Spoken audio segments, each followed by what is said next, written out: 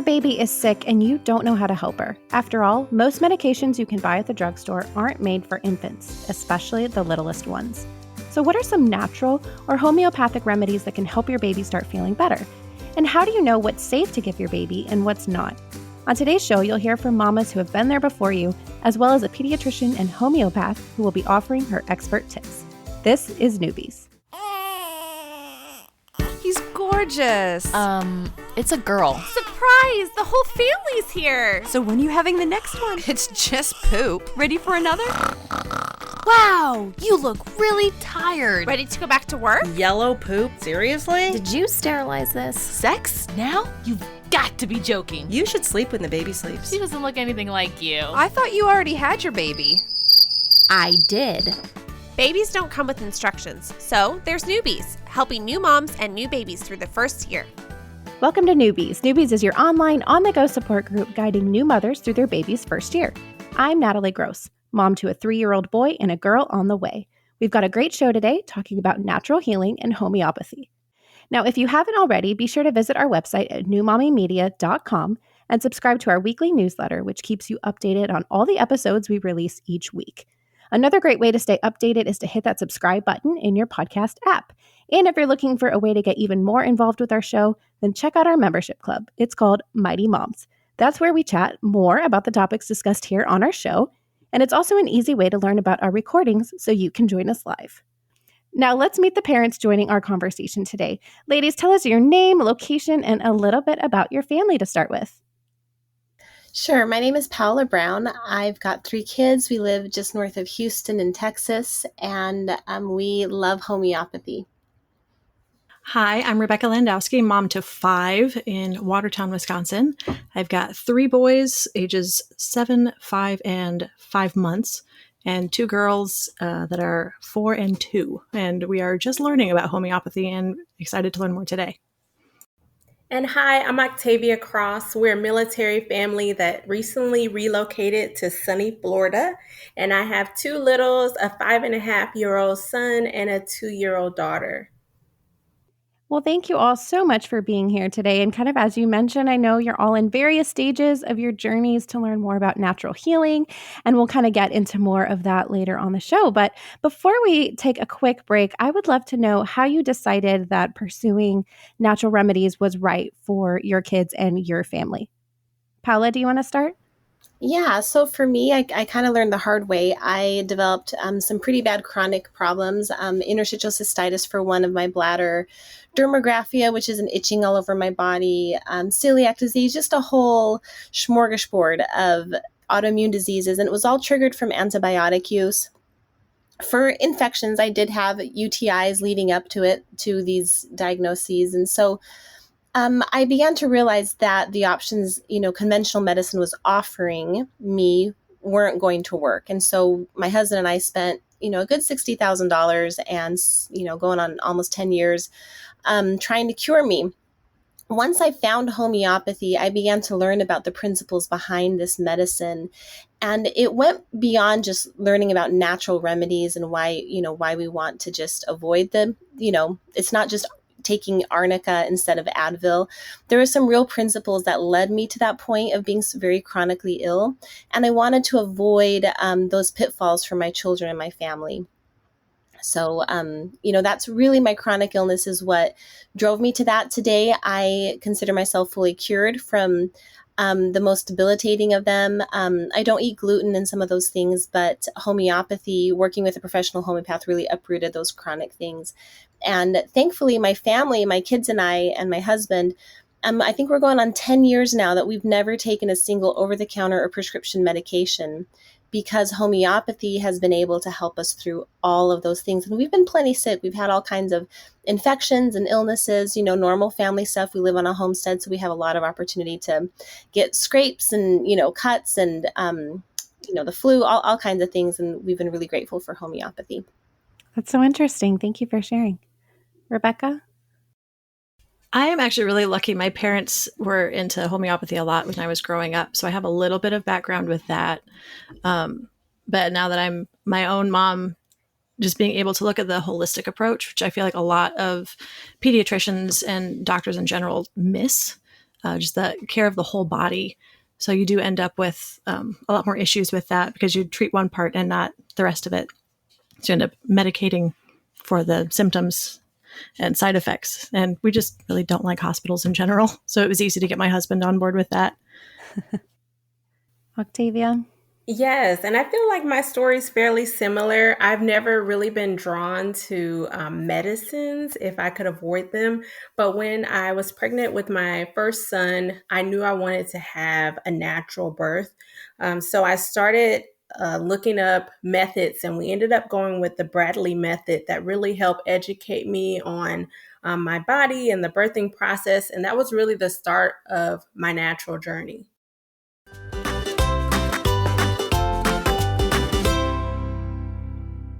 Today on Newbies, we're talking about natural and homeopathic remedies that are safe to use with your babies.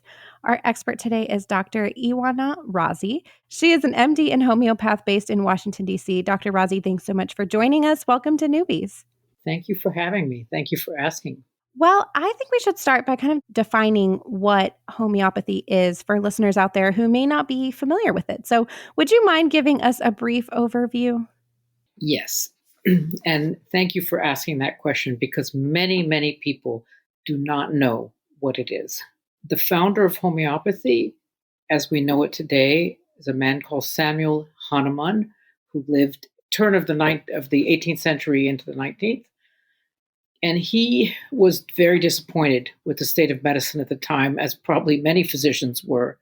And he was really looking to see if God had not given some law whereby the disease of mankind would be cured. You know, he wasn't finding it.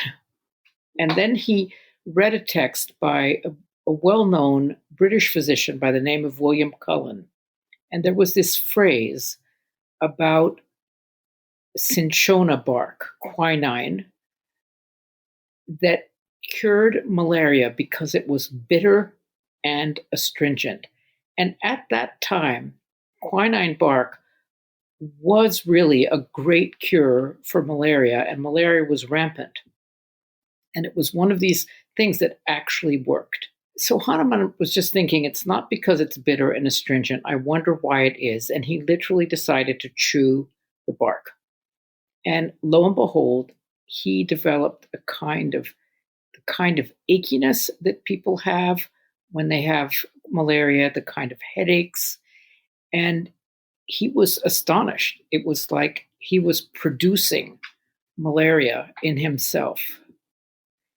And he was an educated man, and he remembered that from the old Hindu tradition, from Hippocrates, and also from Paracelsus, who was a physician in the 16th century, they all talked about that something that could cause an illness could cure it. So this idea of a simillimum, something similar. So he was intrigued.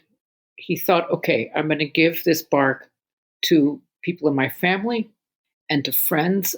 And he was very much of a scientist. So he asked them to chew some until they developed symptoms. And as soon as they developed symptoms, they had to write down what their symptoms were. And they all had similar symptoms. Some had to eat a little bit and some had to eat quite a bit more. And interestingly, those who only needed a little bit tended to have more symptoms. So there was a sensitivity. So he wrote this up as, if you want, it's like human toxicology. What does this substance cause in healthy people?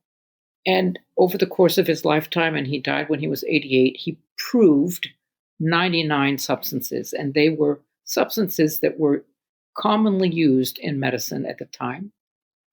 And only with quinine, with this bark, was the medicine, the proving was what the medicine was actually being used for. None of the other provings had anything to do with how those medicines were used. So he went back into practice and said, if people come in acting as if they are intoxicated by a substance that I know, I'm going to treat them with that substance. And he did. And it worked, except that there was a period of severe aggravation. Like after they took this similar substance, they got much, much worse. And then they got much better. His overall success was excellent. So he thought maybe they don't need as much. And so he diluted 1 to 100 to 1/100th the amount that he used. And he shook it up 100 times. So this was a typical way that medicines were diluted at the time, that you would dilute and shake. We call this potentizing. And what he found was that with each subsequent dilution, people continued to get better, but their aggravation was less. And so that's this law of potentization. He always used one remedy, the similimum, the patient's symptoms that were the closest to approving.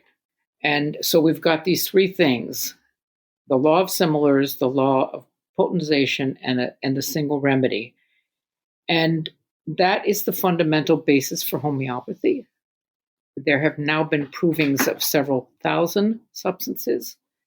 Most of them are plants, some are minerals, and some are poisons, like, for example, the venom of a bee.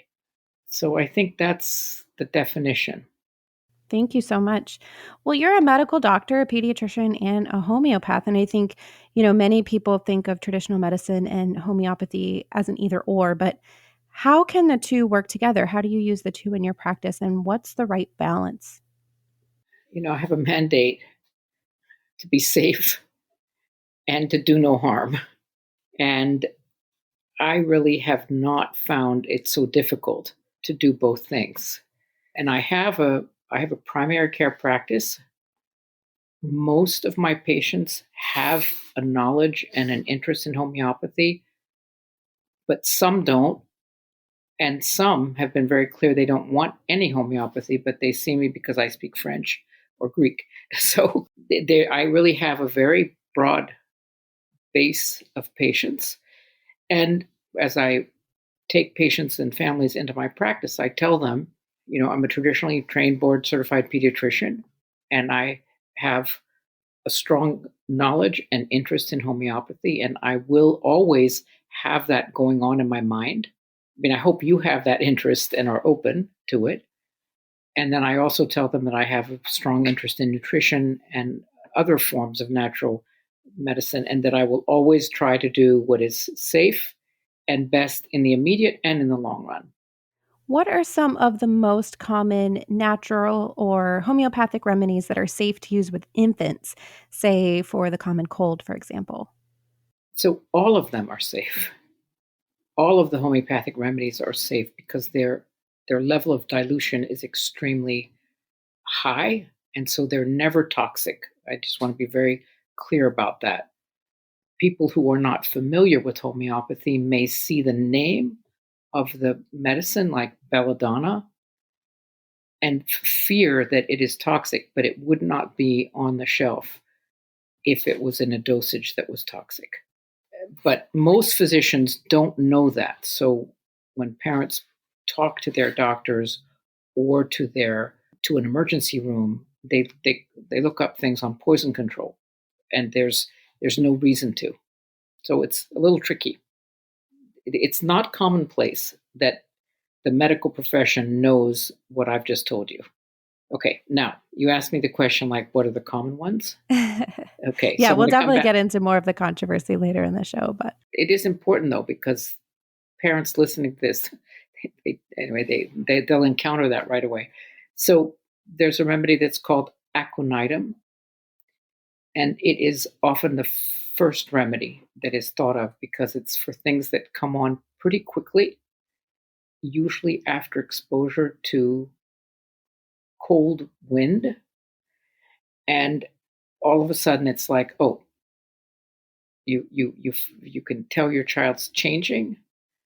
Oftentimes they get a quick fever, and oftentimes they have a quick cough that sounds rough like croup.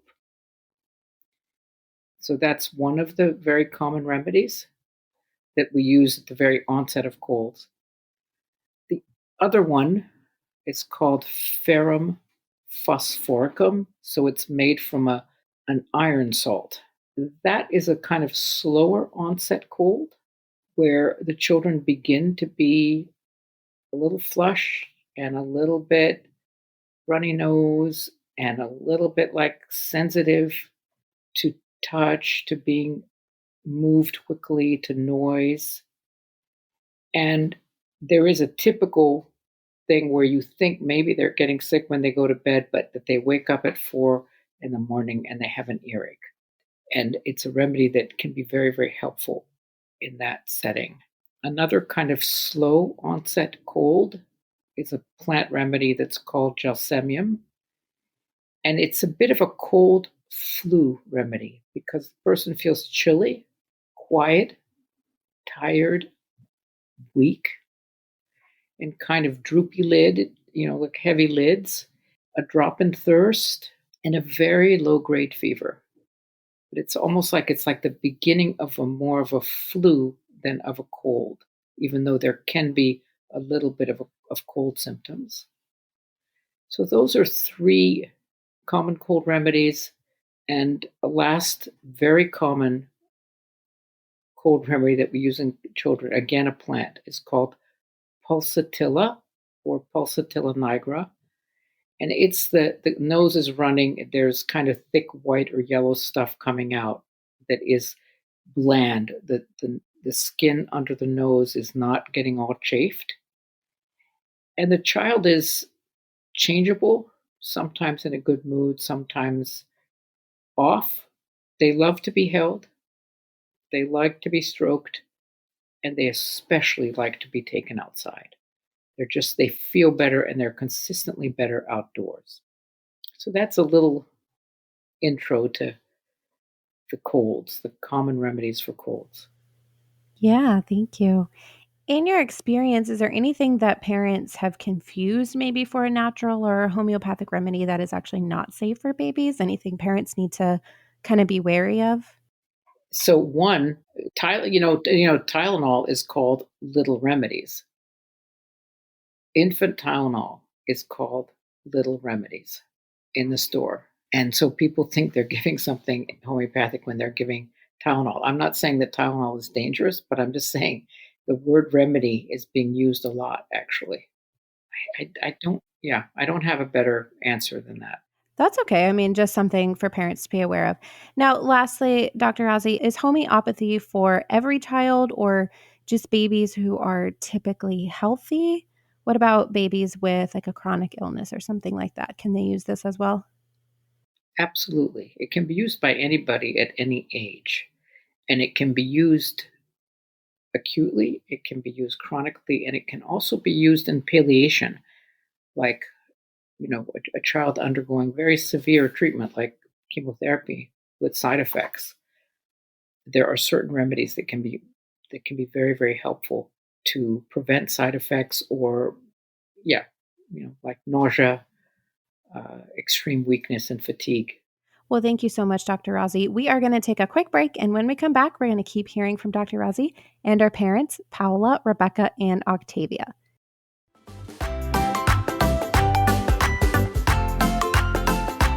We are continuing our discussion with Dr. Ozzie and our panel of moms today. Moms, before I get into some more questions, do you have any thoughts on what we've just heard from our expert? Yeah, I'd like to jump in and share a few of my thoughts. I would add and say that homeopathy is probably even more appropriate for some of our sickest people, like vulnerable populations, grandparents, elderly, babies, because it is so incredibly safe. It's the safest group of drugs that the FDA regulates. An incredibly safe system of medicine because of what she said. It's so dilute. And so I gravitate to it almost as a first option above anything else because it is so safe, and it has, it's been used for 200 years and never has a homeopathic remedy been pulled off the market because of any risks or concerns, and that's a pretty impeccable track record for something that's been out for so long. Whereas, in pharmaceutical medicine, things get pulled off the market every year. Many things do. And then for me, to kind of get my head wrapped around homeopathy as a mom, it really became an exercise of observing. So Dr. Razi was talking about different remedies and the symptoms that are associated to it. And so what I did as a mom is I began to kind of memorize the keynote symptoms to some of the top most common remedies. So one of the first remedies I learned about was a remedy called belladonna. And I learned that the keynotes were red, hot, throbbing, and a high fever, 103 or above. And then one day my son came down with these symptoms. His face was bright red. He talked about, he could hear his heartbeat in his head. He was little. He didn't know the word throbbing. Could hear his heartbeat. I took his temperature and it was pretty dang high. And I remember thinking, oh my gosh, these remind me of the keynote symptoms to belladonna. And so then I gave him the homeopathic remedy belladonna, and if you've ever seen them at Whole Foods, they have those little blue tubes. And if you shake them, you can hear the little pellets. They're little round pellets. So you put it under their tongue, like you twist the lid so that the pellet falls into the lid. And you pour the pellet from the lid under the tongue. And so I gave it to my son. And what's interesting is like when you give something like acetaminophen, you're expecting the fever to go down right away because it's supposed to reduce it. In homeopathy, it's working with your body. So I didn't expect my son's fever to go away right away, although I wish it would. I wanted it to because I was worried about him or whatever, But really what I saw happen is he fell into a really deep, restful sleep. And what the homeopathic remedy did is it helped his body fight off the illness and work smarter and better. And so I had that patience. I kept him hydrated. You have to do all those good practices when you have a high fever, hydration. You don't want them listless. And especially like very small babies, you have to be very concerned if it's a high fever. But this was a toddler. He was a big kid and he had lots of water in him. And so I just watched him for a day and a half. Honestly, I was super stressed because this was my first time trying something like a high fever without using something like acetaminophen. But he did great, and he got on the other side of it better, strong, and developed kind of everything his body needed to do to overcome that illness. And that's really what homeopathy is for my family. It's like an educator. It teaches our body how to respond appropriately to illness without needing all those chemical interventions. So I'm not sure if that helps, but as a mom, that's kind of how I translated what she was talking about. Yeah, absolutely. That's so helpful. And that kind of gets into my very next question. I was going to ask you, moms, what are some of your favorite natural healing or homeopathic remedies that you've used and any success stories that you want to share? So, Paula, that's great. Octavia or Rebecca, do you want to share? I'll go ahead and go. I mean, I've been learning a lot as I've been listening, but one of my go-tos is definitely essential oils. I was able to learn about them from a few moms. Being a first-time mom at the time, I was really leaning on my community, on my support networks, on how they were dealing with certain sicknesses and illnesses because I knew I didn't want to give my son traditional medicine. So when I came across essential oils, it sounded like something that was worth a try. When diluted, it's very safe depending on, the oil. You do have to do your research on each oil and where it's safe to apply and how much. But once I learned about that, I started using them on myself first and then on my son to cure different things like when he would get common colds or just other discomforts. And we've never had a problem with it. So I want to jump in and just do a clarification. And I think this is something that's really common with parents and moms. Homeopathy is often thought of as being like synonymous with all natural medicines. Like Octavia was talking about essential oils. I love essential oils. I have a whole stash of them. I don't know how many you have, Octavia. I have like 100. I have a lot of them. Well, maybe not that much, but and they're awesome and they're so wonderful, but they are not actually homeopathic medicines. So that's definitely something that I want to clarify. Homeopathy, it's kind of like saying, we would never say acupuncture is essential oils, and we would never say, acupuncture is herbalism. They're all kind of their own thing under the big umbrella of natural medicine. Homeopathy is its own distinctive thing that stands alone. And, like, I think that's why it has such an amazing safety profile, is because it's so unique and it's incredibly dilute. Like, I've seen people use natural medicines, not necessarily essential oils, but different natural medicines, and they've taken too much of it, and they've caused problems. But because homeopathy is so incredibly dilute and its manufacturing process is overseen by the FDA, it's very, very safe. You can't like overdose on it or anything like that because of that manufacturing process. They put the medicine on these little white pellets that are about the size of like BB gun pellets, or they have different sizes, but that is what homeopathy is. And you can find that at like a natural health store like Whole Foods, and they'll have a case of them where they sell the individual remedies. Or sometimes they'll sell you like a bottle that's like cold calm, where they've put a few homeopathic remedies onto the tablets in there. So I want to add one more thing. If you choose the right remedy, the simillimum for the symptoms of the patient, it will work. If you don't, it simply doesn't work. Also, it just doesn't work. But it doesn't do anything wrong. It just doesn't work. And the other thing is that kids get into stuff, and kids can take the entire tube of something. And I mean, if they're sick and it's their correct remedy, it will work. But if it doesn't work, it's not going to hurt them in any form. There's not any way you can poison yourself with the contents of these tubes. And the pellets taste really good. And so it's a good idea to not keep them in children's reach, not because it's going to harm them, but because you won't have them when you need them. Okay. I just want to jump in and say, thank you so much for the clarification about essential oils. But I do think that, that's essential oils is definitely something a lot of people have heard of and can relate to. So thank you, Octavia, for mentioning that as well, because that, it's one of the more like natural leaning or natural healing remedies. Definitely something that I think is important to bring up in this discussion. Rebecca, did you have anything to add? Well, yeah, I was just, as I hop back on with my baby, that the tablets that Paula was talking about, that's what I took as a kid. And it's so encouraging and non-worrying to know, as a mom of 5, like I don't have to worry about my kids getting into those if they take too many. Whereas like with Tylenol or ibuprofen, all of those things, you really have to be careful of what they're taking and make sure to keep them out of their way. So to be able to have those and not have to worry about them taking too many is great. Well, we kind of already started talking about this with Dr. Razi, but I know homeopathy can be a bit controversial, especially in the U.S., though I know it's more commonly used and very popular in other countries. So how do you, as a pediatrician, Dr. Razi, how do you address parents or even medical colleagues, questions along these lines?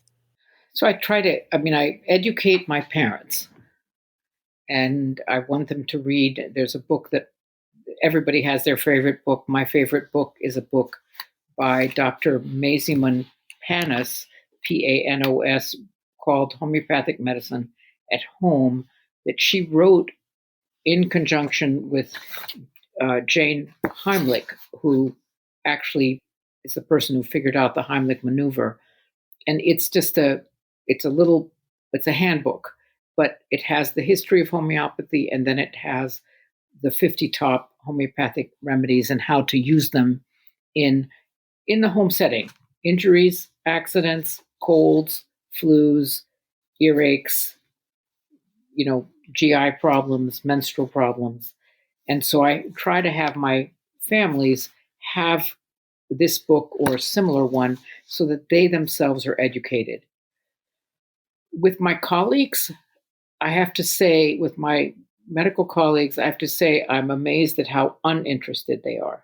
Even when they're very happy to cross-cover my patients, because they tend to be very healthy and do well and have a good common sense approach to when there's illness, but they never really are interested in knowing why. I'm using the word never. Maybe it's not never, but very rare interest. I think it's like so different conceptually that it's hard to believe that it could be anything but placebo. And they don't want to go there. I'm respected as a physician in my community, And I do try to educate my colleagues about homeopathy, but there really is very little interest at a professional level. Well, moms, have you run into any pushback from family or friends with using some of these like natural healing or homeopathic remedies? And how did you handle that? I find that there is a mentality today in the term, trust the science and kind of these big ideas out there about what is and what isn't. Ultimately, for me, what I tell people when they have their doubts about homeopathy, if they're really resistant, I'm like, don't use it. You can just keep taking your antibiotics, your antipyretics, you can take all those chemicals. It's totally up to you. And I support you in doing what you think is right for you. But for me, I'm a busy mom. I run a small business. I run a nonprofit. I run another small business. I volunteer at my church. I homeschool. I have a homestead. We milk a cow. I do not have time for something that doesn't work and something that doesn't work quickly and effectively. I don't have time for it. And it's incredibly safe. I just have so many stories of family members. I mean, once I was outside working on some farm equipment, I cut my hand on some metal. And in very short order, I had a little bit of blood poisoning, a red line going up my hand. I'm very intolerant to antibiotics. My doctors have said I need to avoid it at all costs. And so I worked with my homeopath, and by the next morning, that red line was completely gone. Homeopathy is very powerful medicine. And so that's kind of what I tell people when they have their doubts or their controversy. I'm like, look, if you're really interested, just know that when the correct remedy is selected, it will act and it will work. I guess I reached the point of just not being willing to take the antibiotics anymore and to kind of march to the beat of the conventional drum, because I saw the damage that it did to my life and to my family's life. And so I just tell people, give it a chance, give it the same amount of opportunities you would give your doctor. If I went to my doctor and he gave me like an antibiotic and it didn't work, I'd go back for another one. And then if that didn't work, I'd probably go back a few more times. I said, give homeopathy the same chance that you give conventional medicine. Work with someone if it's totally new, find a homeopath like Dr. Joanna and give it a chance. But for me, ultimately, I don't have time to waste on something that doesn't work or something that's dangerous, quite honestly, because when you're using something that's killing off your gut bacteria and giving you more, over time, more problems, that takes time away from you. And I'm just so thankful for homeopathy and, the many, many times it's helped me and my family, like I said, avoid conventional medicine, for 10 years now. Of course, there's a time and a place for conventional medicine. I'm very willing to go and get an antibiotic or whatever we need to do if that day comes, but I just haven't needed to. And that's wonderful. That's very empowering and great for our health. So, that means a lot to me as a mom. I love your voice, Paula. It's so strong. And I'm so glad that you're not a physician, because you can have, you're doing what you're free to do within your home, and you're doing it well, and you're also helping the world to know, your immediate world and a larger world, just to know what's like within your family. And of course, it's like that within my practice. I couldn't agree with you more. Rebecca and Octavia, anything to add there? I mean, Octavia, if we go back to essential oils, I know I've even heard controversy among them or, people just kind of discarding them because they think they don't work. So have you kind of run into any of that pushback? I mean, I've run across people when they come visit us, they're a little shocked that our medicine cabinet doesn't have any medicine in it. So I get, secondhand pushback, especially my husband's side of the family. They are a little curious as to what I'm doing since we're not treating his ailments in traditional ways, but it's worked for us. So that's the most important thing. But I will say it is important, especially with dealing with essential oils, because they can be dangerous if you don't know like how to dilute it and which ones are hot oils and things of that nature. And I did have, a slight issue where I took a certain oil and I didn't realize that where I was in my pregnancy, that wasn't the right type of oil for me. But I quickly sought my essential oil references and other people that kind of help me with essential oils to kind of correct the issue. So it is important that you stay educated and that you do your research before using any essential oils, because they can be dangerous if not used properly. I actually haven't had much pushback from immediate family and friends because a lot of them are also on this adventure into homeopathy and the natural care. So it's kind of nice to actually have a support system instead of the opposite way that a lot do. But it is difficult to find like a doctor or a care provider if we need something a little bit more than what we have at home, because that is something lacking here in Wisconsin, at least in my area of Wisconsin. So I don't know if Dr. Raja can maybe answer, like what do we look for if we have to find a care provider? I think you look for somebody with a good reputation, and maybe there will be an openness to something alternative and maybe not. And if there isn't, you can continue to do what you're doing and use your doctor for the things that he or she knows, and not try to convince them of something that they have no interest for. But use them there are things that they can provide for you that you may not be able to do yourself. Is there a website or something where, I don't know, a registry, for lack of a better word, or a list of homeopaths where, moms like Rebecca might be able to go look for, resources? There are two that I know of, and Paula may know more. There's a website that's for the American Institute of Homeopathy. It's the oldest doctor organization in the States, older than the American Medical Association, and there is a listing of homeopathic physicians there. And there's something called the National Center for Homeopathy, which is not a physician-based organization, but it's a homeopathic organization with homeopaths that aren't all MDs, but they're all very well trained, and there's a good list of homeopaths that they have. I don't know, Paula, are there other lists that I don't know about? I have a website, paulabrown.com/homie.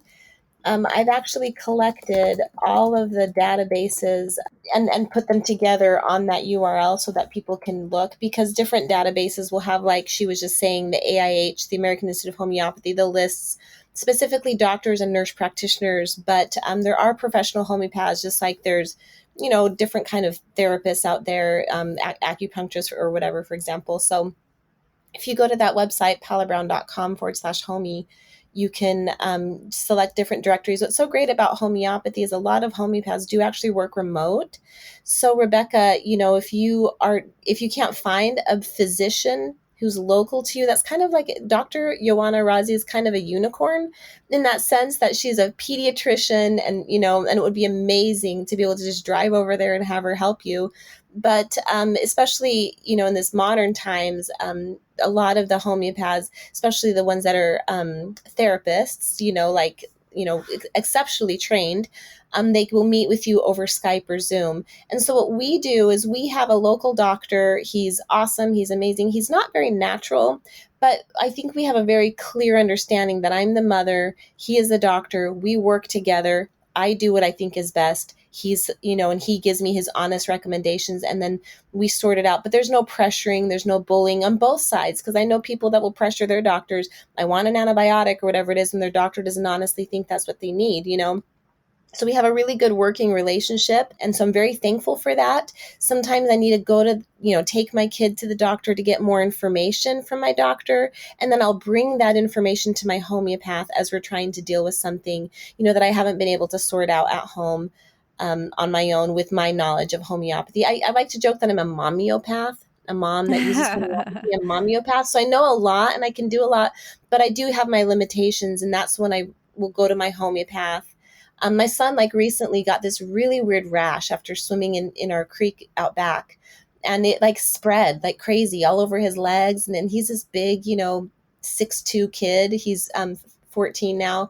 So we were working with my homeopath, but this rash was getting ugly. And so I took him to my doctor because I was worried, is this serious? What do we have? And my doctor was basically like, yeah, it's ugly as sin, but it is not serious. And that's what I needed to know. And then I was able to go back to my homeopath. And then within a couple of days, we finally nailed on the right remedy. And then it just cleared up beautifully. And we didn't have to do steroids. We didn't have to do antibiotics. And so, I've been able to kind of work a balance between a local doctor who's very respectful of me as a mother and my intuition and vice versa, right? And I have a homeopath that I work with over the internet. Yeah, that's really great. And that kind of goes to our earlier question about how, traditional medicine or medical doctors can work, kind of in concert with homeopathy. Any last comments from anyone before we wrap up? I think that for Octavia, I'd love her to go to a natural food store and look for those blue tubes and just choose one or two. Maybe there's one that's called Arnica montana that we use a lot for injury and bruising, and to use it just to see what it is, that it's just to actually touch what these remedies are, because I have a feeling she hasn't touched that yet.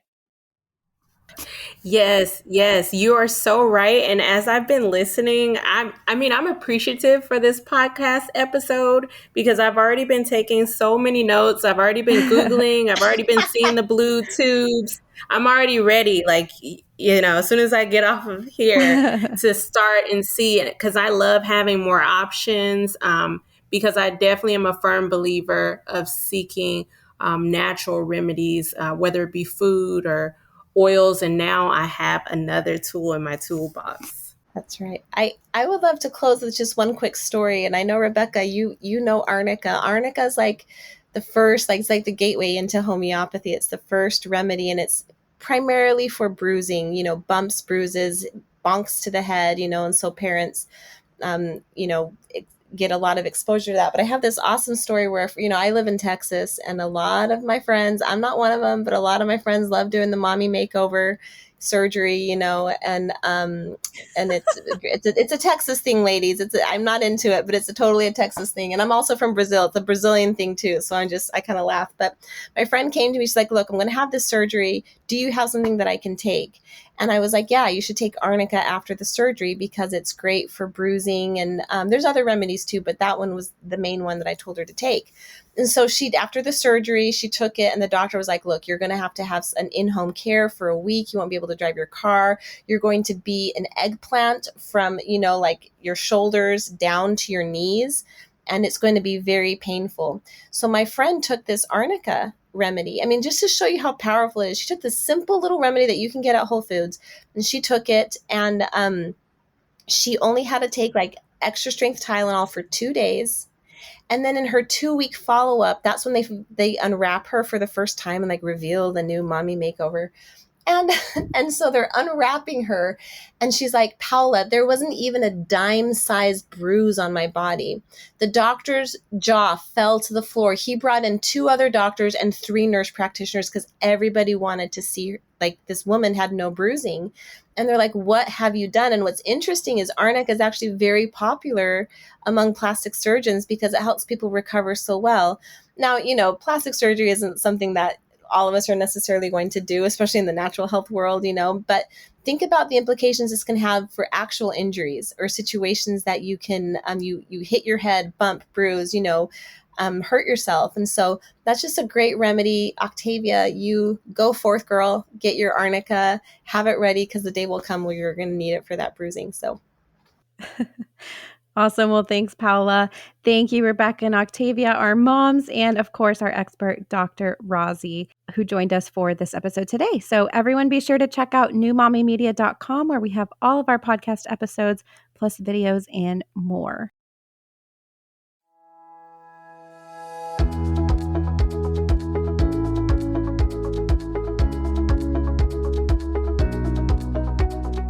That wraps up our show for today. We appreciate you listening to Newbies. Don't forget to check out our sister shows, Preggy Pals for expecting parents, Parent Savers for moms and dads with toddlers, the Boob Group for moms who give breast milk to their babies, and Twin Talks for parents of multiples. Thanks for listening to Newbies, your go-to source for new moms and new babies.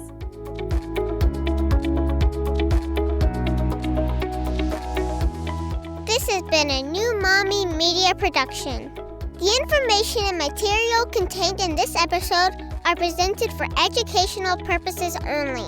Statements and opinions expressed in this episode are not necessarily those of New Mommy Media and should not be considered facts. While such information and materials are believed to be accurate, it is not intended to replace or substitute for professional medical advice or care, and should not be used for diagnosing or treating healthcare problem or disease or prescribing any medication. If you have questions or concerns regarding your physical or mental health or the health of your baby, please seek assistance from a qualified healthcare provider.